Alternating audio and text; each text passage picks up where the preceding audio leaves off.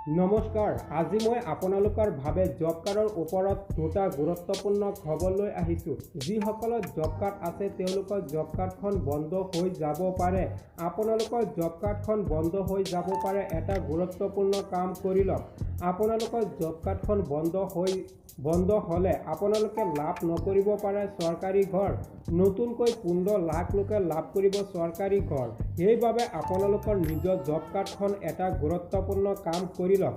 লগতে যিসকলৰ job card নাই তেওঁলোকে অতি সোনকালে এটা নতুন জব কাৰ্ডৰ বাবে আবেদন কৰি লওক। কোনে কেনেকৈ আবেদন কৰিব, ক'ত যাব লাগিব, আজি আপোনালোকক সেই সন্দৰ্ভত জনাই দিম।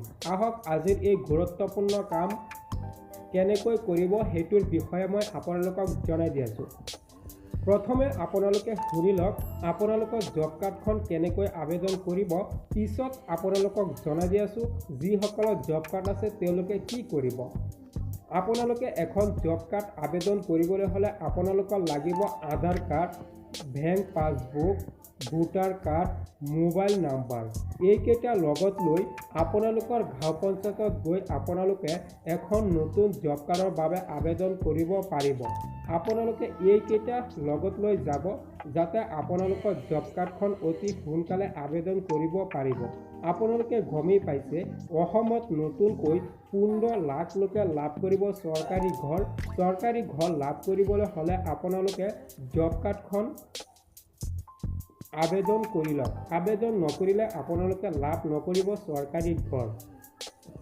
নাম্বাৰ 2, যিসকলৰ জব কাৰ্ড আছে তেওঁলোকে কি কৰিব। আপোনালোকৰ জব কাৰ্ড থাকিলেও আপোনালোকে লাভ নকৰিব পাৰে চৰকাৰী ঘৰ। কিয় লাভ নকৰিব পাৰে চৰকাৰী ঘৰ সেইটো আপোনালোকে জানি লওক।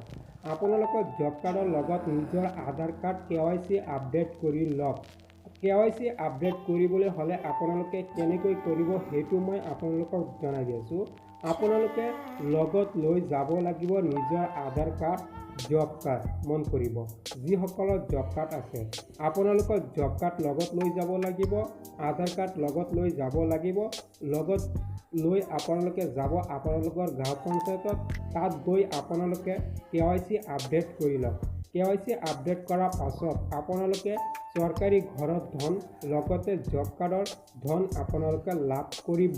মই আজি আপোনালোকৰ বাবে জব কাৰ্ডৰ সন্দৰ্ভত এই দুটা গুৰুত্বপূৰ্ণ খবৰ লৈ আহিছোঁ। নতুনকৈ অসমত 15 লাখ লোকে লাভ কৰিব চৰকাৰী ঘৰ। সেইবাবে আপোনালোকে আগতীয়াকৈ এই দুটা গুৰুত্বপূৰ্ণ কাম কৰি লওক। লাখ লাখ লোকৰ বাবে আজিৰ গুৰুত্বপূৰ্ণ খবৰটো লৈ আহিছোঁ। শেষত মই আপোনালোকক জনাই দিওঁ এনে ধৰণৰ খবৰসমূহ লাভ কৰিবলৈ আপোনালোকে মোৰ চেনেলটো ফ'ল' কৰি ৰাখি দিয়ক। আৰু যিসকলে ইউটিউবত চাই আছে ইউটিউব চেনেলটো আপোনালোকে ছাবস্ক্ৰাইব কৰি ৰাখি দিয়ক আৰু ভিডিঅ'টো শ্বেয়াৰ কৰি দিয়ক যাতে সকলো মানুহে গম পায়। আজি মই আপোনালোকৰ বাবে ইমানতে ৰাখিছোঁ।